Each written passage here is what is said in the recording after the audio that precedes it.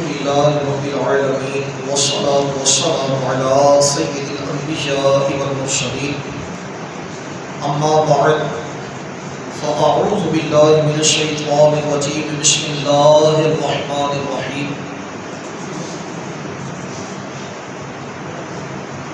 مسجد کے آداب اور مسجد کے فضائل کے حوالے سے چند ایک چیزیں آپ کو گزار کرنی ہے۔ سب سے پہلی بات، قرآن مجید فرقان حمید کے اندر اللہ رب العالمین جل جلالہ و عظم نوالہ نے سورہ التوبہ اس کی آیت نمبر 18 ہے۔ اللہ رب العالمین ارشاد فرماتا ہے انما یعمر مساجد اللہ من آمن باللہ والیوم الآخر، فرمایا کہ بے شک اللہ کی مسجدوں کو وہ آباد کرتے ہیں کہ جو اللہ پر ایمان لاتے ہیں اور آخرت کے دن پر ایمان رکھتے ہیں۔ جن کا اللہ پر ایمان ہے اور آخرت کے دن پر یعنی روز قیامت پر، قیامت کے دن پر ایمان ہے، وہ مسجدوں کو آباد کرتے ہیں۔ وَأَقَامَ الصَّلَاةَ وَآتَى الزَّكَاةَ، نماز کو قائم کرتے ہیں، زکوٰۃ کو ادا کرتے ہیں۔ وَلَمْ يَخْشَ إِلَّا اللَّهَ، اور وہ صرف اللہ سے ڈرتے ہیں۔ فَعَسَىٰ أُولَٰئِكَ أَن يَكُونُوا مِنَ الْمُهْتَدِينَ، ان قریب یہ ہے کہ وہی لوگ ہدایت پا جائیں، ان قریب یہی لوگ ہدایت پا جائیں۔ ایک بات تو یہ پتہ چل گئی کہ مسجدوں کو آباد وہ کرتے ہیں جو اللہ پر ایمان، یعنی مومن کیا آباد کرتے ہیں۔ دوسرے لفظوں میں اگر آسان لفظوں میں کہا جائے تو مومن جو ہیں یہ مسجدوں کو آباد کرتے ہیں۔ آبادی جو ہے یہ دو طرح کی ہے، تعمیر، جس طرح آپ کہتے ہیں نا تعمیرات، تعمیر، یہ اسی سے ہے، اور یہ اس کا معنی ہے آبادی۔ فرشتوں کا جو قبلہ ہے، فرشتوں کا جو کعبہ ہے، اس کو بیت المعمور کہا جاتا ہے۔ بیت المعمور، معمور کا معنی آباد، تو معنی یہ ہوگا آباد گھر۔ فرشتوں کا جو کعبہ ہے اس کو بیت المعمور یعنی آباد گھر یہ کہا جاتا ہے۔ اور آباد کیسے؟ وہ اس کی تعمیر کر رہے ہیں، اینٹیں لگا رہے ہیں اس کو، نہیں، ایسا نہیں ہے، وہ اس کی طرف رخ کر کے عبادت کے اندر مصروف ہے۔ گویا کہ اس گھر کو ان فرشتوں نے عبادات کے ذریعے سے آباد کیا ہوا ہے۔ تو ایک ہے اینٹ، سیمنٹ، بجری، اس کے ذریعے سے عمارت بنا دینا، یہ بھی مسجد کی آبادی ہے۔ لیکن اس کے ساتھ ساتھ یہ ہے کہ اس کے اندر آ کر عبادت کرنا، یہ مسجد کو آباد کرنا، یہ مسجد کی تعمیر ہے، یہ مسجد کی آبادی ہے۔ اب وہ ڈاکٹر اقبال نے کیا کہا تھا؟ ڈاکٹر اقبال نے یہ کہا تھا کہ مسجد تو بنا دی شب بھر میں، شب بھر، شب کہنا رات کو، مسجد تو بنا دی شب بھر میں، ایمان کی حرارت والوں نے من اپنا پرانا باقی ہے جو برسوں سے نمازی بن نہ سکا۔ یعنی مسجدیں بنانے والے بہت ہیں لیکن آباد کرنے والے نہیں، آباد کوئی کرنے والے۔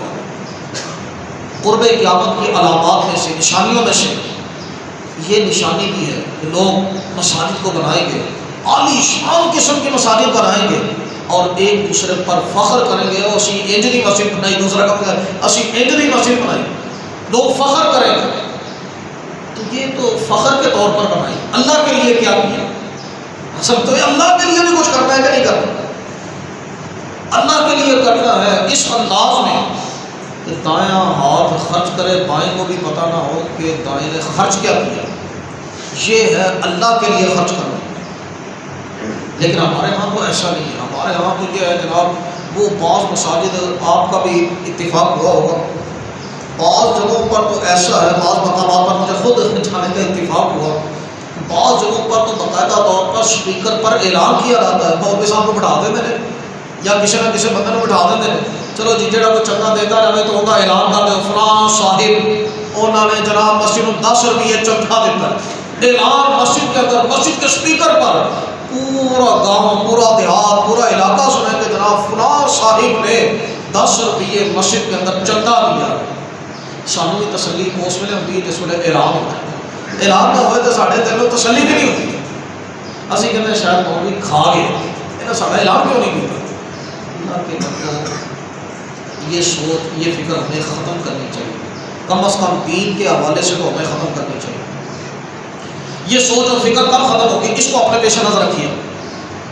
آپ جہاں کہیں بھی، میں اپنے لحاظ سے نہیں کہہ رہا، میں ایک جنرل بات کر رہا ہوں، آپ جہاں کہیں بھی ہوں، جہاں پر بھی آپ کی دسترس ہو، آپ کا ہاتھ چلتا ہو، جہاں پر بھی اثر و رسوخ ہو، جہاں پر بھی آپ کا گاؤں ہے، دیہات ہے، علاقہ ہے، آپ کا محلہ ہے، اس کی مسجد کے امام کو اتنی تنخواہ دو کہ اسے چندے سے کچھ نہ لینا پڑے، اسے مسجد کا چندہ نہ کھانا پڑے، اسے کسی کے دروازے پر نہ جانا پڑے، اتنی تنخواہ اس کو دو کہ لوگ رشک کریں، یار میں بھی اپنے پتر کو امام مسجد بناؤں، میں اپنے پتر کو امام مسجد بنانا، کیونکہ امام مسجد بڑے سکون دے چکے، یہ تو بڑے لینڈ لارڈ ہوتے ہیں، یہ بڑے سکون دی زندگی بسر کرتے ہیں، یہ بڑے عیش و عشرت کے اندر ہوتے ہیں، انہوں نے کسی قسم کی کوئی کمی نہیں ہوتی۔ یعنی اگر آپ اپنے ایمان کے ساتھ ہر علاقے کے جہاں جہاں بھی مسلمان آباد ہیں، اگر اپنے ایمان کو معیشت کے لحاظ سے بے نیاز کر دیں، ایسی صورت میں دیکھو لوگوں کی توجہ، لوگوں کا دھیان اس دین کی طرف ہوتا ہے کہ نہیں ہوتا۔ اب ظاہر ہے کہ ہم اپنے بچوں کو اسکول کے اندر پڑھاتے ہیں، کالجز کے اندر پڑھاتے ہیں، یونیورسٹی کے اندر پڑھاتے ہیں، مختلف کورسز ان کو کرواتے ہیں، لاکھوں لاکھ روپیہ ان پر صرف کرواتے ہیں، غرض کیا ہے؟ کیا ہم اس تعلیم کو پسند کرتے ہیں؟ وہ تو ہو سکتا ہے سارے خواب و خیال میں اس بھی نہ آتی ہے، لیکن مسئلہ کیا ہے؟ مسئلہ یہ ہے کہ وہ پڑھ جائے گا تو ایسی صورت میں اس کی نوکری اچھی لگ رہے گی، اچھی پے اس کی ہوگی، اچھی تنخواہ اس کی ہوگی۔ اگر وہی اچھی تنخواہ مساجد کے اندر، مدارس کے اندر لگا دی جائے تو ایسی صورت میں لوگوں کا رجحان دین سیکھنے سکھانے کی طرف نہیں ہو جائے گا۔ یہ تو غیروں کی سازش ہے کہ انہوں نے مسلمانوں کو کسی اور طرف لگا دیا۔ پہلے مسلمان جو تھے وہ قرآن پڑھتے تھے، کیسا؟ اگر کوئی بندہ اتنا عرصہ کتاب اللہ کو پڑھنے سیکھنے سکھانے کے اندر لگائے تو دسو انہوں نے کتاب اللہ آئے گی کہ نہیں آئے گی؟ اللہ کے قرآن کے بارے میں انہوں نے پتہ لگے گا کہ نہیں لگے گا کہ اللہ کا قرآن کی کہہ رہے ہیں، اللہ کے قرآن کا مطالبہ کی ہے، اللہ سارے کو کی چاہتا ہے، ساری زندگی کا اصل نسل عین کی ہے، اسی اپنی زندگی کو کس طرح گزارنا ہے، یہ تو سانو قرآن نے دسنا ہے۔ لیکن قرآن تے سانو اردو ترجمہ چھڑ کے سانو صرف جڑی عربی وہ پڑھنی نہیں آتی، اسی عربی پڑھ کے ان کا ترجمہ کس طرح کر سکتے؟ اگر پوچھ لیتا جائے انما یعمر مساجد اللہ، یہ لفظی معنی کی ہے، انما کا معنی کی ہے، یعمر کا معنی کی ہے، مساجد اللہ وغیرہ اس کا معنی کی ہے، شاید کوئی دس۔ یعنی ساری اتنی غفلت، حرص، لالچ، اس نے ہمیں تباہ و برباد کر دیا کہ ہم ایسا دین سے دور نکل گئے، اللہ کی کتاب سے دور ہو گئے کہ ہمیں کتاب پڑھنی نہیں آتی۔ پہلوں کے نام صدیاں گزر جانے کے بعد بھی، ہمارے اسلاف کے نام صدیاں گزر جانے کے بعد بھی آج بھی لوگوں کے ہاں زندہ و تابندہ لوگ جانتے ہیں داتا صاحب کون تھے، یہ کہاں سے چلے تھے، کہاں پر آئے، یہ کون سے کالج میں پڑھے تھے، کون سی یونیورسٹی کے اندر پڑھے تھے، کون سے انہوں نے دیگر کورسز کیے تھے، کتاب اللہ پڑھی تھی، اللہ کے دین کو پڑھا تھا۔ جن لوگوں نے اللہ کے دین کو پڑھا، جتنی بھی مشقتیں اس کے اندر برداشت کی، آج ان کے نام زندہ و تابندہ۔ ہمارے اسلاف بھی، ہمارے باپ دادا ہیں، وہ دنیا سے پردہ کر گئے۔ اگر ہم سے ہمارے دادے پردادے کے بارے میں پوچھ لیں کہ جناب آپ کا پردادا کون تھا، اس کی قبر کہاں پر ہے، تو شاید ہم نہ بتلا پائیں، صرف اپنا باپ یا دادا کی آقا کوئی بتلا سکے، اس سے اوپر کیا ہے، اوپر شاید ہمیں پتہ نہ چلے۔ لیکن یہاں پر صدیاں گزر گئی، لیکن آج بھی پتہ ہے کہ دادا صاحب کون تھے، ان کے والد کون تھے، یہ کہاں پیدا ہوئے، کہاں سے چلے اور یہاں پر کیسے پہنچے، یہاں پر ان کے ساتھ کیا کیا بیتی، انہوں نے دین اسلام کی خدمت کیسے کی۔ آج بھی لوگ ان کے مزار پر جاتے ہیں تو تعظیم کے ساتھ جاتے ہیں۔ میں نے اپنی آنکھوں سے ایسے افراد کو دیکھا جنہوں نے اپنی پیٹیاں وہاں پر جاتے ہوئے کھول دی اور یہ اس وقت کھولتے ہیں جس وقت بندہ انتہائی تزوین جس کو کہہ لیں انتہائی نرمی کی طرف پہنچ جاتا ہے، اس وقت اپنی پیٹی یہ لوگ کھولتے ہیں۔ لیکن وہاں پر دیکھا کہ جناب انتہائی عاجزی انکساری کے ساتھ آپ کی بارگاہ میں حاضری دینے کے لیے وہ اپنی پیٹی پولیس والے اپنی پیٹی کھول کر دادا صاحب رحمۃ اللہ تعالی علیہ کے مزار پر انوار پر حاضری دی۔ میں نے اپنی آنکھوں سے ایسے افراد کو دیکھا، تو ان کے نام آج بھی زندہ و تابندہ ہیں۔ انہوں نے مساجد کی تعمیر کی ہے، مساجد کو بنایا۔ نبی پاک صلی اللہ تعالی علیہ وسلم جب ہجرت کر کے مکہ مکرمہ سے مدینہ منورہ کے اندر آتے ہی سب سے پہلا کام جو کیا وہ مسجد کی تعمیر کی۔ سب سے پہلے مسجد کی تعمیر، مسجد کے لیے جگہ خریدی، مسجد کی تعمیر کی، جتنی بھی مسجد تھی پھر آہستہ آہستہ اس کے اندر توسیع ہوتی رہی وہ اپنی جگہ پر۔ اب یہاں پر میں آپ کو یہ حدیث عرض کرنے کی کوشش کرتا ہوں۔ حضرت سیدنا ابو ہریرہ رضی اللہ تعالی عنہ آپ ارشاد فرماتے ہیں کہ رسول کریم صلی اللہ تعالی علیہ وسلم نے ارشاد فرمایا صلاۃ الرجل فی الجماعۃ، آدمی کا جماعت کے ساتھ نماز پڑھنا تضاعف علی صلاتہ فی بیتہ وفی سوقہ 25 ضعفا، اپنے گھر کے اندر یا بازار کے اندر نماز پڑھنے کی بنسبت 25 گنا زیادہ ثواب ہے۔ مسجد جماعت کے ساتھ نماز کو پڑھنا گھر میں نماز پڑھنے سے یا بازار کے اندر نماز پڑھنے سے 25 درجے زیادہ افضل ہے۔ اور پھر ساتھ یہ بھی فرمایا وذالک ادنی، اور یہ اس بنا پر کہ جب آدمی اچھے طریقے سے وضو کرے پھر مسجد کی طرف نکلے اور نماز کے علاوہ کوئی شے اس کو نکالنے والی نہ ہو، اپنا کوئی اور ذاتی کام نہ ہو، صرف نماز کے لیے مسجد کی طرف نکلتا ہے، تو فرمایا جو قدم بھی یہ رکھتا ہے، جو قدم بھی یہ چلتا ہے، ہر قدم کے بدلے میں جو قدم بھی اٹھائے گا اس کا درجہ بلند ہوگا، جو قدم بھی رکھے گا اس کی خطا معاف ہوگی، اس کا گناہ جڑ جائے گا۔ اور فرمایا کہ فَإِذَا صَلَّى، جب یہ نماز پڑھتا ہے، یہ تو ہے چلنے کا ثواب کہ جو قدم بھی اٹھاتا ہے ایک درجہ بلند، جو قدم رکھتا ہے ایک گناہ مٹا دیا جاتا ہے۔ فرمایا فَإِذَا صَلَّى، جب یہ نماز پڑھتا ہے تو فرشتے اس کے لیے دعا کرتے ہیں۔ جب یہ نماز پڑھتا ہے فرشتے اس کے لیے دعا کرتے ہیں، کب تک؟ ما دام فی مصلی، جب تک یہ اپنی نماز کی جگہ پر رہتا ہے، جب تک اپنے مصلی پر رہتا ہے فرشتے اس کے لیے مسلسل دعا کرتے رہتے ہیں، اور جب تک یہ نماز کا انتظار کرتا ہے وہ ایسا ہی ہے کہ وہ نماز کے اندر ہی ہے۔ بندہ نماز پڑھنے کے لیے آیا، ابھی نماز کو وقت ہے تو یہ نماز کا انتظار کر رہا ہے، وہ ایسا ہی ہے جیسے کہ وہ نماز پڑھ رہا ہے، یعنی وہ وقت بھی اس کا ضائع نہیں ہے۔ رب تعالیٰ کسی کی محنت کو ضائع نہیں کرتا، تو یہ محنت کر کے کوشش کر کے جو مسجد کے اندر پہنچا اللہ اس کی محنت کو رائے گاہ نہیں فرماتا۔ اب مسجد کے کچھ آداب ہیں، ان کو ذرا اپنے پیش نظر رکھنا چاہیے۔ مسجد کے آداب میں سے ایک ادب یہ ہے، سرکار دو عالم نور مجسم شفیع معظم صلی اللہ تعالی علیہ وسلم آپ نے ارشاد فرمایا کہ اذا دخل احدکم المسجد، تم میں سے جو کوئی بھی جب مسجد میں داخل ہو فلا یجلس، مسجد کے اندر نہ بیٹھے، جو کوئی مسجد میں داخل ہو مسجد میں نہ بیٹھے، حتی یصلی رکعتین، یہاں تک کہ 2 رکعت نماز پڑھ لیں، بیٹھنے سے پہلے 2 رکعت نماز پڑھ لیں، لیکن اس صورت میں جب کہ مکروہ وقت نہ ہو، جس طرح فجر ہے، فجر کا پورا وقت اس کے اندر نوافل پڑھنا جائز نہیں۔ اسی طرح سے عصر ہے، عصر کی نماز فرض نماز جب پڑھ چکے تو اس کے بعد نوافل پڑھنا جائز نہیں۔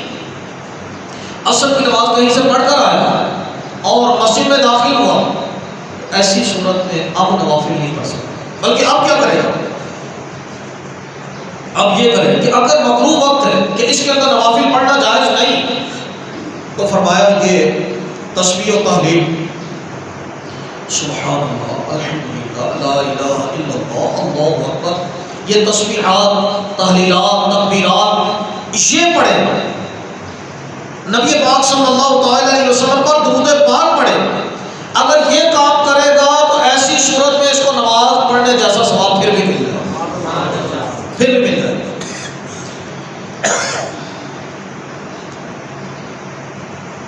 مساجد ہمارے ہاں یہ ہوتا ہے، آپ خوش نصیب ہیں، آپ نماز پڑھ چکے، پہلے تشریف لائے، نماز کا انتظار کیا، نماز پڑھ لی، نماز پڑھ لینے کے بعد پھر بھی اللہ کے گھر مسجد کے اندر بیٹھے ہیں۔ ایسے لوگ کون ہیں؟ مساجد کن کے گھر ہیں؟ فرمایا کہ مسجد یہ متقیوں کا گھر ہے، پرہیزگاروں کا گھر ہے۔ ظاہر کہ بندہ اپنے گھر میں بیٹھنا پسند کرتا ہے، تو وہ لوگ کہ جو مساجد کے اندر بیٹھنے کو پسند کرتے ہیں، مساجد کے اندر بیٹھتے ہیں، تو گویا کہ وہ متقی لوگ ہیں۔ بلکہ ایک روایت کے اندر تو یہ ذکر فرمایا کہ جس کسی کو مسجد میں آتا جاتا دیکھو کہ وہ مسجد میں جناب آ رہا ہے جا رہا ہے، مسجد میں آ رہا ہے جا رہا ہے، فرمایا اس کے ایمان کی گواہی دے تو یہ مومن ہے، یہ مومن ہے جو مسجد میں آتا جاتا ہے۔ ادھر روایت کے اندر یہ ذکر کیا حضرت سیدنا ابو درداء رضی اللہ تعالیٰ عنہ، آپ کو یہ بات معلوم ہوئی کہ حضرت سیدنا سلمان فارسی رضی اللہ تعالیٰ عنہ نے غلام خرید لیا ہے، تو حضرت سیدنا ابو درداء رضی اللہ تعالیٰ عنہ نے سختی کے ساتھ ان کا نوٹس لیا اور اس کے اندر ان کو ارشاد فرمایا، میرے بھائی اپنے آپ کو عبادت کے لیے فارغ کر لو، اس سے پہلے کہ اللہ تمہیں کسی ایسی آزمائش میں مبتلا کر دے کہ تجھے عبادت کا وقت ہی نہ ملے، اس وقت کے آنے سے پہلے اپنے آپ کو عبادت کے اندر مصروف کر لے۔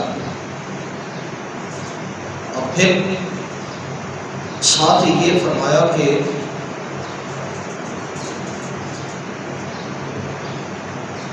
اور مصیبت میں مبتلا مومن کی دعوت کو غنیمت، مصیبت میں مبتلا مومن کی دعوت کو غنیمت۔ اب ظاہر کہ جو مصیبت کے اندر مبتلا ہے وہ مصیبت سے چھٹکارے کے لیے کسی نہ کسی کو بلائے گا، یار میری مدد کر، تو فرمایا کہ اس مصیبت میں مبتلا مومن اس کی دعوت کو غنیمت جان کہ اگر وہ مصیبت کے اندر مبتلا ہے تو اس سے مدد مانگ رہا ہے تو اس کی مدد کر دے، مومن کی مدد، مسلمان کی مدد کر دے۔ ہمارے ہاں تو یہ ہے نا کہ جناب اپنوں کو چھوڑ کر بیگانوں کی مدد کرنے کے لیے یہ بس سارے پیکار ہو جاتے ہیں کہ جناب انہوں نے فلاں چیز بھی بھیج دو، فلاں چیز بھی بھیج دو، لیکن اپنوں کے لیے ان کے پاس کچھ نہیں رہے گا، اپنوں کے لیے کچھ نہیں رہے گا۔ بیگانوں کے لیے جناب اتنے کوئی مسئلہ ہو گیا تو اتنے بھیج دو، گڈیاں بھیج دو، جناب فلاں بھیج دو، فلاں بھیج دو۔ حالانکہ مسئلہ کیا ہے؟ اول خیش بعد درویش، پہلے اپنوں کو دیکھا جائے پھر بیگانوں کو دیکھا جائے۔ اگر زکوٰۃ بھی دینی ہے تو فرمایا پہلے اپنوں کو دیکھو، اپنے عزیزوں میں تو کوئی ایسا بندہ نہیں ہے کہ جو مستحق ہے، جو حقدار ہے، اپنوں کو چھوڑ کر بیگانوں کو دینے کا کیا ہے؟ پہلے اپنوں کو دیکھے پھر دوسروں کو۔ تو یہاں پر فرمایا کہ اب مصیبت میں مبتلا مومن کی دعوت کو غنیمت جان اور یتیم پر رحم کر، اور اس کے سر پر رحمت و شفقت کے ساتھ ہاتھ پھیر، اور اس کو اپنے کھانے میں سے کھانا کھلا یا اپنے ساتھ کھانا کھلا۔ اس سے فائدہ کیا ہوگا؟ فرمایا اس سے تیرا دل نرم ہو جائے گا، اس سے تیرا دل نرم ہو جائے گا اور تیری حاجت پوری ہوگی۔ آج ہے نا کہ لوگ مختلف مصیبتوں کے اندر گھرے ہوئے اور چاہتے ہیں کہ مصیبتوں سے نکل جائیں، دل سخت ہو گئے، دل نرم ہو جائے، تو دل کی نرمی کے لیے بھی یہ نسخہ اور مصیبت سے نجات پانے کے لیے بھی یہ نسخہ کہ مصیبت زدہ کی مصیبت کو دور کر دیں، یتیم کے سر پر شفقت کا ہاتھ پھیر، بلکہ جتنے بال اس کے ہاتھ کے نیچے آئیں گے اتنی نیکیاں اسے عطا فرما دی جائیں۔ ایک آدمی نے سرکار والد صلی اللہ تعالیٰ علیہ وآلہ وسلم آپ کی خدمت میں اپنی سخت دلی کی شکایت کی کہ میرا دل سخت ہو گیا. حضور نبی کریم صلی اللہ تعالیٰ علیہ وسلم نے اس کی نرمی کے لیے کیا نسخہ دیا. آپ صلی اللہ تعالیٰ علیہ وسلم نے ارشاد فرمایا اَتُحِبُّ أَن يَلِينَ قَلْبُكَ، اگر تو اس بات کو پسند کرتا ہے کہ تیرا دل نرم ہو جائے اور تیری حاجت پوری ہو جائے، کیا تو اس بات کو پسند کرتا ہے؟ اس نے کہا کیا میں پسند کرتا ہوں. آپ نے ارشاد فرمایا کہ ارحم الیتیم وامسح برأسہ، فرمایا کہ یتیم پر رحم کھا. آج تو ہوتا ہے کہ اگر بھتیجا یتیم ہو گیا تو ایسی صورت میں بھائی کی جائیداد خود ہڑپ کرنے کی کوشش کرتے ہیں، حالانکہ ہونا یہ چاہیے تھا کہ اگر اس کے پاس کچھ بھی نہیں ہے، اگر ہے تو فاتحہ، اگر نہیں ہے تو اپنے پلے سے اپنے یتیم بھتیجے کی پرورش کرو، اپنی یتیم بھتیجی کی پرورش، اپنے بانجے کی پرورش، بانجے کی پرورش. اگر کوئی یتیم ہے تو ان کی خود کرے، یہ نہیں ہے تو ان کا مال بھی خود ہڑپ کرے، ان کی جائیدادوں پر بھی خود قابض ہوتے ہیں. ہمارے ہاں تو یہ ہوتا ہے بس آؤ دیکھتے ہیں نہ پاؤ دیکھتے ہیں، بس جو بھی آتا ہے حلال ذریعے سے آئے یا حرام ذریعے سے آئے اس کو چھیننے کی کوشش کرتے ہیں. تو نبی پاک صلی اللہ تعالیٰ علیہ وسلم نے فرمایا کیا تو پسند کرتا ہے کہ تیرا دل نرم ہو جائے، تیری حاجت پوری ہو جائے؟ عرض کیا کہ ہاں. فرمایا کہ یتیم پر رحم کھا اور اس کے سر پر شفقت کا ہاتھ پھیر، اس کو اپنے کھانے میں سے کھانا کھلا تو تیرا دل نرم ہو جائے گا، تیری حاجت پوری ہو جائے گی. دل بھی نرم ہوگا، حاجت بھی پوری ہوگی. اور پھر اگلا جملہ جو فرمایا وہ کیا ہے؟ اگلا جملہ یہ فرمایا یا اخی، اے بھائی چاہیے کہ تو مسجد کو اپنا گھر بنا لے، مسجد کو اپنا گھر بنا لے.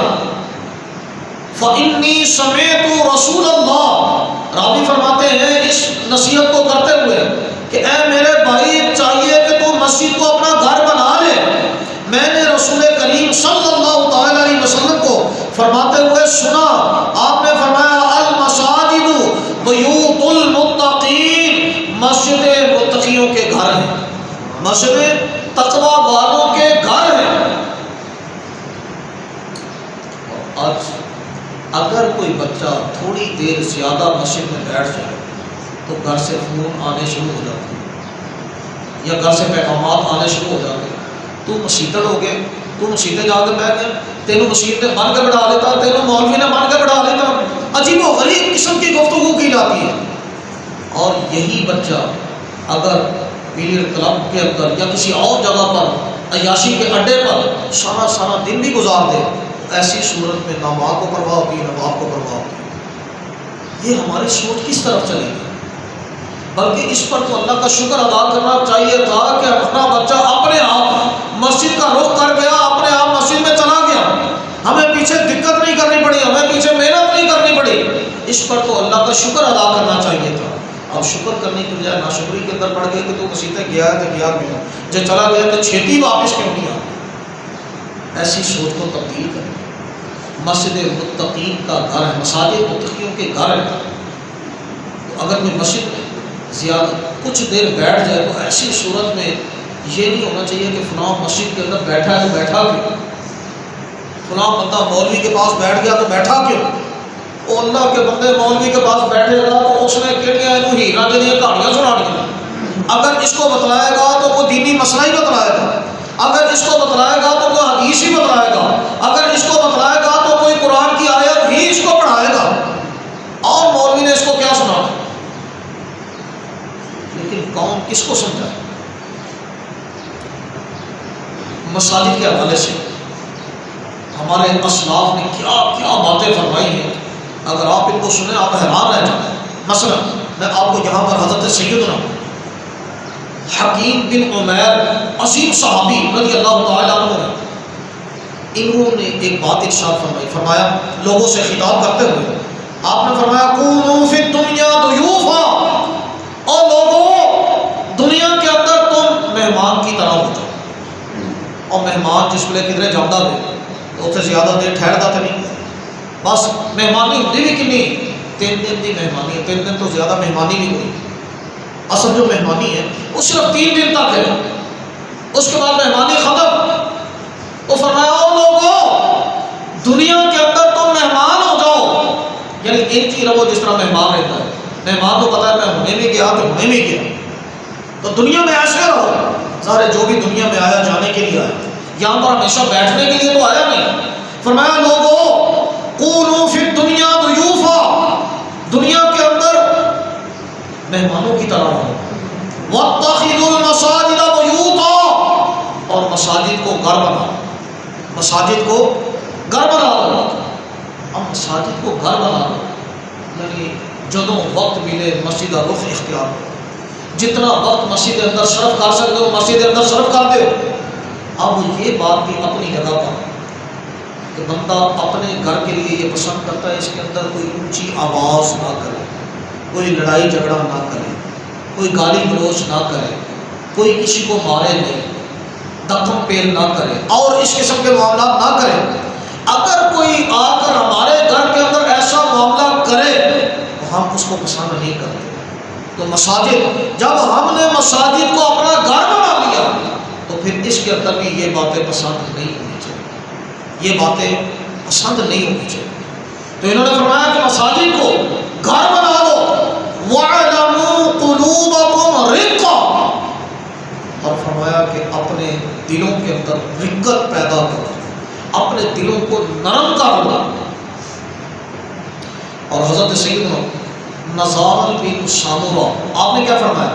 آپ فرماتے ہیں المنافق فی المسجد کالطیر فی القفص، فرمایا منافق مسجد کے اندر ایسے ہوتا ہے جس طرح سے پرندہ پنجرے کے اندر ہوتا ہے، چاہے آپ کتنی بھی اعلیٰ سے اعلیٰ غذا اس کو دیں، اعلیٰ سے اعلیٰ چوریاں بھی اس کو ڈالیں، لیکن پھر بھی وہ چین کے اندر نہیں ہوتا، سکون کے اندر نہیں ہوتا، پھر بھی جو ہی پنجرے کا دروازہ کھولیں گے وہ اڑنے کی کوشش کریں گے۔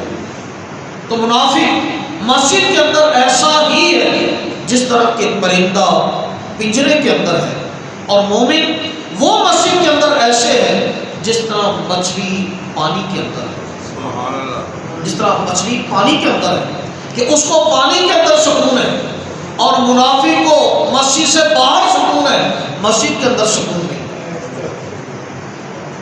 اسی طرح سے حضرت سیدنا خلف بن ایوب، ایسے متقی لوگ کہاں سے ہم لے کر آئے، ہماری تو کیفیات ہی عجیب و غریب ہے۔ حضرت خلف بن ایوب، ان کے بارے میں آتا ہے کہ یہ مسجد میں بیٹھے ہوئے تھے، اتنے میں ان کا غلام آیا، گھر کی کوئی بات تھی، گھر کا کوئی مسئلہ تھا، وہ ان سے پوچھنے کے لیے مسجد کے اندر آیا تو انہوں نے بولنے ہی نہیں دیا، اس کو واپس کر دیا، مسجد سے باہر نکالا، خود بھی مسجد سے باہر نکلے، مسجد سے باہر نکل کر اس کو پوچھا ہاں کیا ہے، اس نے مسئلہ بتلایا، آپ نے اس مسئلے کا حل بتلا دیا کہ یہ ایسے ایسے کر دے، لیکن مسجد کے اندر یہ بات کرنا پسند نہیں، یعنی کوئی دنیاوی بات آپ نے گھر کی بات مسجد کے اندر کرنا پسند نہیں۔ اسی اپنے سارے دکھڑے مسجد میں جا کر بولتے، ہم اپنے سارے دکھڑے مسجد میں آ کر بولتے، لیکن وہ ایسے تھے کہ مسجد کے اندر دنیا کی بات کرنا پسند نہیں کرتے تھے۔ اس کے علاوہ بہت ساری چیزیں ہیں جو بیان کی جا سکتی ہیں، میں جلدی سے آپ کو مسجد کے آداب کے لحاظ سے چند ایک چیزیں پڑھ کر سنا دیں تو آپ اس کو ذرا توجہ میں لے آئیں۔ حضرت سیدنا امام ابو اللیث سمرقندی رحمۃ اللہ تعالی علیہ، آپ نے ارشاد فرمایا کہ بندہ اللہ کے دربار میں عزت والا اس وقت ہوتا ہے کہ جس وقت وہ اللہ کی تعظیم کرتا ہے اور اس کے احکامات کی تعظیم کرتا ہے اور اس کے گھروں یعنی مساجد کی تعظیم کرتا ہے اور اس کے بندوں کی تعظیم کرتا ہے، اس وقت وہ بندہ اللہ کے ہاں عزت والا ہوتا ہے۔ اگر یہ بندہ اللہ کی تعظیم نہ کرے، اس کے احکام کی تعظیم نہ کرے اور اس کے احکامات کی تعظیم نہ کرے، اس کے گھروں کی تعظیم یعنی مساجد کی تعظیم نہ کرے، اس کے بندوں کی تعظیم نہ کرے، تو ایسی صورت میں اس کو اللہ کے دربار میں عزت نصیب نہیں ہوتی۔ اگر عزت چاہتے ہیں کہ اللہ کے ہاں عزت ملے تو پھر ان کی عزت کرنی پڑے گی۔ اسی طرح سے آپ نے ارشاد فرمایا کہ مساجد 5 چیزیں ایسی ہیں جن پر سرکار دو عالم صلی اللہ تعالی علیہ وسلم اور آپ کے پیروکاروں نے اچھی طرح عمل کیا 5 چیزوں پر۔ وہ 5 چیزیں کیا؟ فرمایا کہ جماعت کے ساتھ نماز پڑھنا، سنت کی پیروی کرنا، مساجد کو آباد کرنا، قرآن پاک کی تلاوت کرنا اور اللہ کے راستے میں جہاد کرنا۔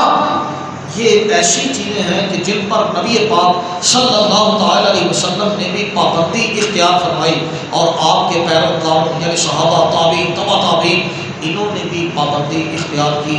اللہ ان کے صدقے سے ہمیں بھی یہ نصیب فرمائے۔ وآخر دعواہم الحمد للہ رب العالمین۔